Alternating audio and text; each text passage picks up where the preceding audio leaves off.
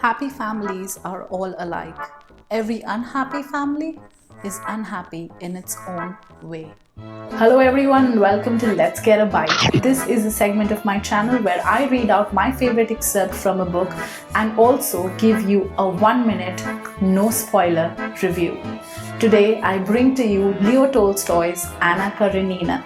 Any reader who's attracted to juicy subjects like adultery, gambling, marriage plots, Russian feudalism would put Anna Karenina at the top of their list. Times magazine itself has given the book the first ranking as the greatest book ever written. Let me quickly read out my favorite excerpt from the book, after which I will help you decide if this is a book you'd enjoy reading or not. The French fashion of the parents arranging their children's future was not accepted. It was condemned. The English fashion of the complete independence of girls was also not accepted and not possible in Russian society. The Russian fashion of matchmaking by the officer of intermediate persons was for some reason considered disgraceful. It was ridiculed by everyone and by the princess herself. But how girls were to be married and how parents were to marry them, no one knew.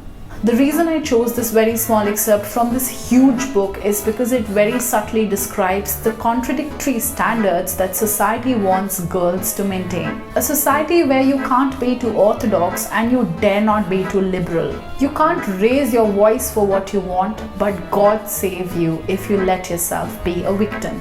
When you read this novel, you might get surprised by the amount of hatred received by the protagonist of the story as she decides to separate from her husband because of her passionate lover. Because this is a situation that we still get to see in the modern society. You simply can't miss the immensely deep philosophical ride this book is going to take you on.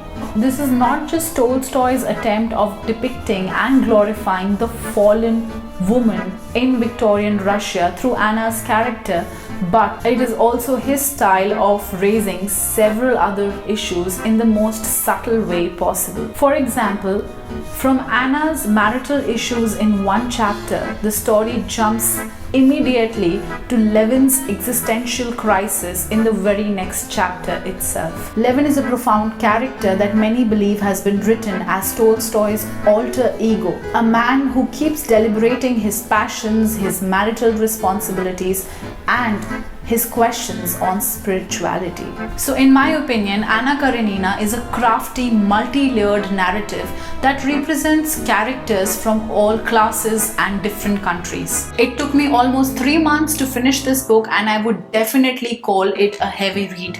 Just because this book has been critically acclaimed as the greatest novel ever written does not mean that enjoying its genius is going to come easy to you. The reader would definitely have to do some pre-read and post-read research in order to appreciate the multi-faceted characters of this story, but it would definitely be worth it. I would like to remind you that Leo Tolstoy, the author of this book, is actually the man who inspired Mahatma Gandhi himself.